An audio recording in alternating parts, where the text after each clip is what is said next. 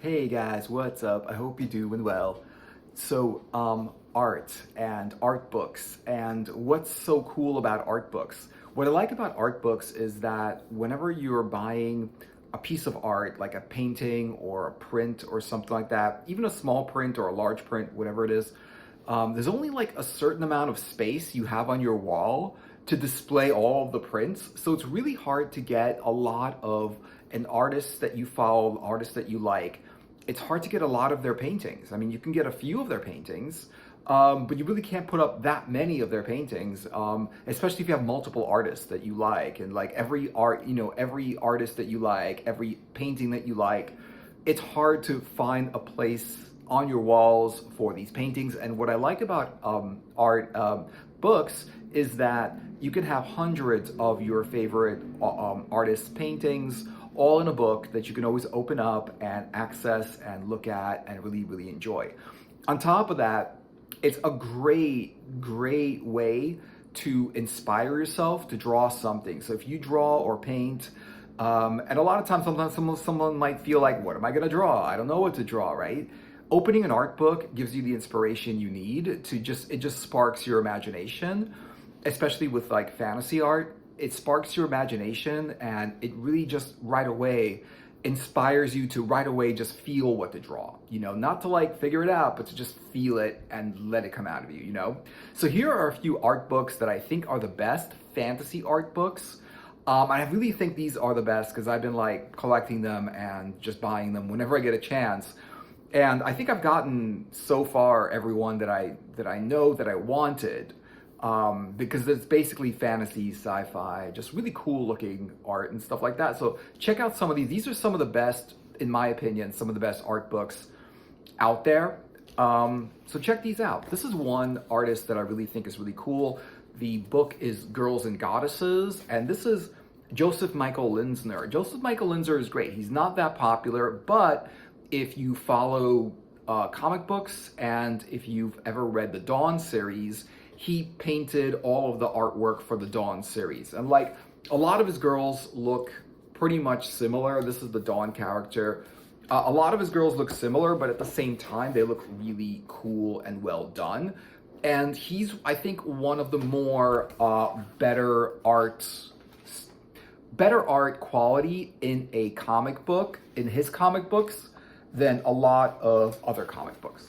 Just gonna show you a couple of these really cool. You can see how the similarity between all of the characters' bodies and things like that, like, the composition, the bodies of the cat, you can see how they're kind of like similar, but they're similar, but they're just like really, really well done. And I think it really looks cool. I mean, the way you get good at something is to keep doing it, and he's doing that same similar painting in like every panel that he does, so I just think his stuff is really cool. The art looks amazing. This is an interesting one. This is another book, and this is called Beauty and the Beast, right? And this is Chris Achilleos. Chris Achilleos is the one that did the movie poster, the cover movie poster for Heavy Metal Magazine's movie that came out in the 80s. And even though like he's also not the most popular artist, but his stuff is really good. I mean, let me just see something in here. There's just like a lot of cool art that he does. A lot of really, really great, cool art that he does. And it's just all fantasy, and some of these are just really nice. Let me see just a couple of these. Some of these are also kind of like a little bit lewd, but like I'm just trying to show the stuff that, just is acceptable and safe and to show, right? So there's that one, really, really good. The next one, this is a big one. I think this is like one of the best art books, I think, because this is Heavy Metal Magazine's 25 years of classic covers. I do believe this goes from 1977 to 2001. And then they made another one after this of heavy metal covers that are from 2001 to the last when it came out, which is like think it was like 2017 or something, like 2016, 2017. They made another one that's more current, but they haven't covered all of them because like they only, I think, made this one and another one with also covers. And this is cool because it's Heavy Metal Magazine's covers. And the thing about Heavy Metal Magazine is like it's a great comic book. It's got basically, it's a bunch of science fiction and fantasy short stories in a comic book form, And so, but the covers of whether like the interior, like the stories or the content, it's hit or miss sometimes. It was good in the 70s and 80s and some of the 90s, but then in the early 2000s, it kind of like faltered a little bit. It wasn't as good as they were before. But they were really, really held to a high standard because they had great artists drawing for them, like Mobius and a bunch of other guys. Boris Vallejo was drawing for them and things like that. So they're really cool. And a book like this is amazing because it is 25 years of their covers. And I think it's all of their covers from 1977 when they first came out to 2001 when this came out. So really amazing. Their covers are great, and I think it makes a great art book. This one here came out also, like I think this was a few years, like a bunch of years ago. This is really cool. I like this book. I like how the cover looks. This is Jim Burns. Jim Burns is a really good sci-fi and fantasy artist. You can see a lot of science fiction inspiration from the cover because the woman is in a spacesuit, right? And hyperluminal means faster than light travel, which I had to look that up. I was like, what's a hyperluminal? But this is really cool. His artwork is just really amazing and cool, really high quality, really like he's still making art now, and I just still like his artwork. There was another one that he made, another art book before this one, and his stuff is super, super cool. He's got some like fae. He likes drawing fae and fairies and things like that. Fantasy, sci-fi, all that cool stuff. The coolest movies, the fantasy movies, all that stuff. He does, and some really cool. Look at this one. Another woman in a spacesuit looking at an alien. I mean, isn't that cool? Really, really great. Highly recommend. Jim Burns. Check it out. I would say like all of these, like not every art is for everyone. So I would just definitely say like, check it out first and, open the book, look inside the book and see if you like any of it. This next one is really cool. And this came out a while ago. I think this is maybe 10 years ago or something like that. And this is really cool. And this is basically the future of erotic fantasy art. Now, this is like fantasy art, but it's like sexy fantasy art. So who doesn't like sexy fantasy art? And amazing, amazing stuff. Not just from one person, but from a whole lot of people. Let me see what I can show. Yeah. I mean, it's really cool, really well made, and it's a nice selection of a lot of different artists and different people who are doing this. You can see some of the really nicer ones. Some of the other ones are a little bit more risque that I cannot show, but you can see how it's just great art. I mean, it's just great art. Like, I really think that like fantasy art is great, and when they make it sexy, it's just better. And you can see like how like really cool all that stuff is. The paintings are just high quality. I mean, it's just really like done, like these people practiced a lot, to do this. The next one, I do want to recommend this. This is, as far as I know, in every bookshop that is a big bookshop. In the science fiction and fantasy section, you can find this. It's really easy. You don't have to like look around for it. You have to go to comic book stores to find it, or the art section of the bookstore to find it. This is Spectrum magazine, Spectrum Books. This comes out every year, and this is the number 16. This came out a bunch of years ago because they're up to, I don't even know, like in the 30s or something with Spectrum magazine. There's a magazine, well, a book basically, and it is cool because it is just a lot of different people in this one collection of art. It's basically fantasy. You could see how it's dragons and all kinds of like creatures and stuff like that. There's warriors, there's every like fantasy element in here. And a lot of like your well-known artists are also in here, as well as a lot of really up-and-coming artists and artists who are not well-known, and artists are just really good. Not everyone that's a great artist is really popular. In fact, most people that are really good artists are like people you've never heard of before, you know? It's popularity and celebrity is different than quality of the art that you produce. I mean, ideally we think when we get good enough, we'll become popular, but you know, it doesn't necessarily work for everyone. I think like you got to work at becoming popular. You got to like go out there and go to like conventions and, you know, try to put your art on covers of magazines and things like that. You have to really, you know, go out there and try to like basically, you know, promote yourself in order to get popular.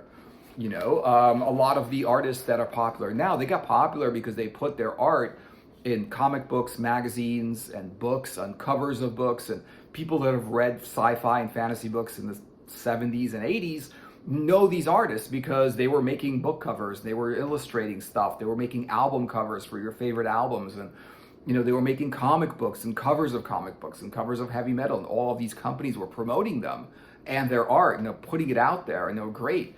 That's why like a lot of artists that aren't good, that are really popular, they're popular, they're not good, they're just really popular. They're just you just heard of them. They're very promoted, you know, not every artist that's popular is that good. Great stuff. I mean, a lot of different stuff. And you can see how thick this one is. This is pretty big. It's got, I don't even know, like way, like 200 through 300 pages or something like that. It's a really big book. Definitely like, I definitely flip through that and I think everyone would be impressed. This is definitely a go-to recommendation for out of anything that you get from is I would recommend this, highly recommend this, and this is Royo. Louis Royo, man, this is just one of his books. There's a bunch of these books. In fact, these books, the little thin ones, the one I'm showing you, they came in a set of like 5 or 6 or something like that. You can buy them separately or you can buy them complete in a set. I think I bought them separately because they're like in a set. They're just, I just paid for them separate. I don't think I even saw the set. I bought one and then I bought a couple more and then I saw that it came in a set. So I just like, forget it. I'm just buying it individually.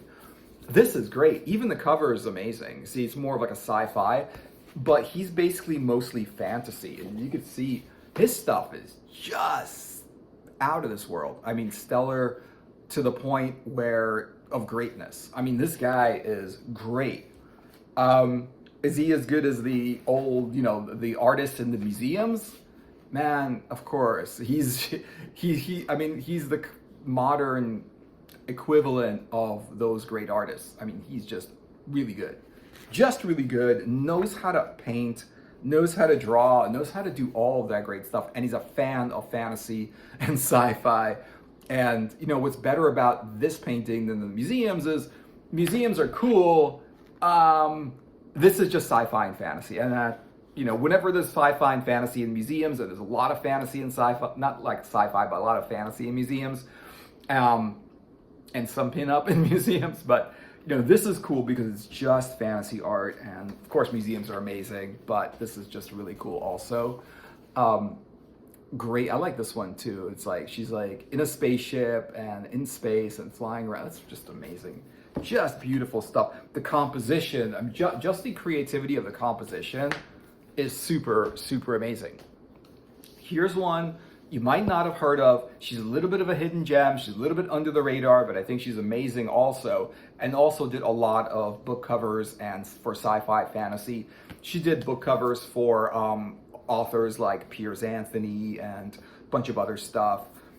This is Art of Rowena, and she is Rowena Moral.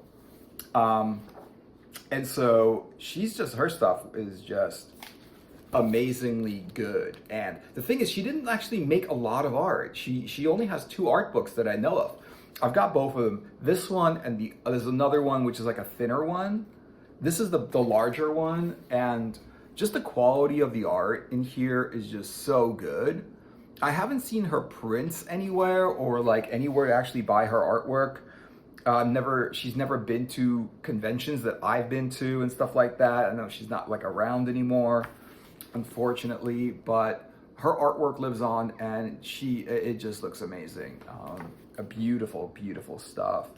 Like a lot of fantasy, like she's on a swan, and so cool, so cool. And look at this, a wizard. That's a cool wizard, you know? Awesome, awesome stuff. And here's another one. This is a pretty cool one. I actually like this a lot. And I remember like going to the bookshop and seeing this thing. It's Fantasy Art Now. Seeing this thing in the bookshop, and like I think I passed it over and I didn't get it. And then later on, I was like, you know what? I really do want to get it. I ended up buying it, and it was still there. Like nobody else bought it. No one else cared about it. And it was just a big bookshop with a lot of people. And like, it was in the sci-fi, it was in the fantasy and sci-fi section.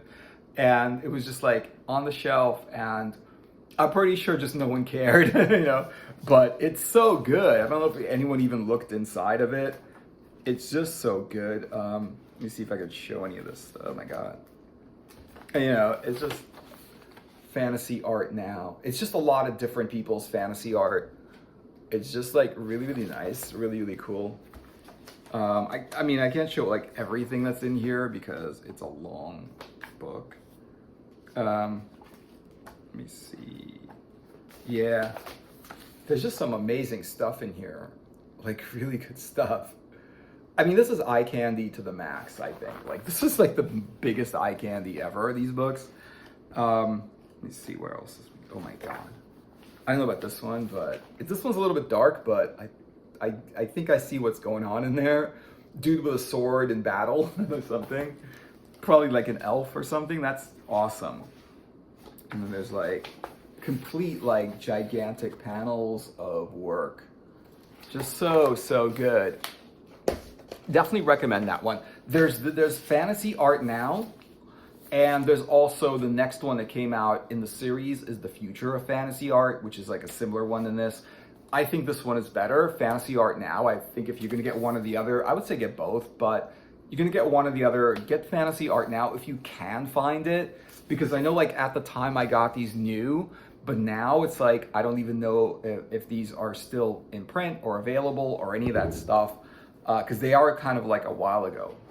This next one is really cool. Imaginistics by Boris Vallejo and Julie Bell. This is, I think, their better stuff. It's a big book of their work, and this goes all the way back to the older stuff that Boris Vallejo did and some of the other stuff that Julie Bell did. Of course, they've got a ton of other art books. They've got books on how to paint. They've got a photography book. I cover these all in videos. And this is one of the better ones. So I'm just going to recommend this one. There's a whole other one. There's another one called The Complete Work of Boris Vallejo and Julie Bell. It's not complete, but it's got more of their work in it. Boris Vallejo, like he just draws every day. And so he just keeps making art. I mean, just making art. As you could see, like some of that stuff is pretty cool. Woman flying with a tiger. I mean, it's classic Boris Vallejo stuff. You know, I don't even know if I could show that. There's this one. His stuff is just, I mean, the composition, the art style, everything about it is really good, and everything about it says fantasy. You know, everything about it is like fantasy. You know, it just looks like fantasy. It's fantasy art, the definition of fantasy art. Like if there was like, you know, a Google, you would Google fantasy art, it should be a picture of Boris Vallejo's work. Because it's just so fantasy art. I mean, there's a lot of other people that do fantasy art, but his stuff is just so cool. And I think part of it is because he basically, when he started painting, and I think he's still doing it now, he was getting people from his gym because he was into bodybuilding, and there was other bodybuilders. So they looked really good, you know, in his paintings because they were basically bodybuilders. They were trying to look good. They were trying to have that good body look, right? And he was getting the bodybuilders, and that it's just, and that's why like for fantasy art, it's perfect because you need to be strong to be in a fantasy world and to survive in like Conan the Barbarian's world, or some other fantasy story world. You got to be pretty strong. Like even Lord of the Rings, you got to be strong to survive in that world when you're being hunted by wraiths and all kinds of monsters and Sauron and all these like magicians and wizards and stuff like that. You got to be a hero. You got to be strong to survive in a world like that. There's just like some amazing. I don't know if I show that one. Yeah, there's just some amazing stuff in here. Weird. Like I'm just trying to like this stuff. What is that? Wow. It's just like basically like if you like Boris Vallejo, this is his best work. I think it's some of his best work. You can't go wrong with this one. This is Imaginistics. This is one of the first art books that he ever drew, and it's like so dramatic, right? Everyone's in action poses. Everything's dramatic. People are bodybuilders. There's creatures and all of this like background, and the way he blends these weird backgrounds. It just speaks otherworldly. It's just like this is not of this world, Oh, look at this one. I think this is the cover of that video game. The one that was the sequel to Baldur's Gate. I think it was like, but anyway, or it was just, it kind of looked similar to that. So yeah, so that's just some of the best fantasy art, I think, in books. There's a whole ton of other stuff. I didn't cover it all because like there's just a lot to cover. I just covered what I think is the best stuff, the most notable. And if you're collecting fantasy art or any kind of art, definitely check out these books. I think you'll be amazed, especially if you like fantasy, sci-fi, and like that kind of art. I think you can't go wrong with books like this, and I think you can't go wrong with those artists. And I think I think these are really like some of the best fantasy art in art books that you can get today. So thanks for watching, guys. I hope you enjoyed the video. Give it a like and a subscribe, and turn on notifications so you know when I'm posting a video. And yeah, I'll see you guys in another video later.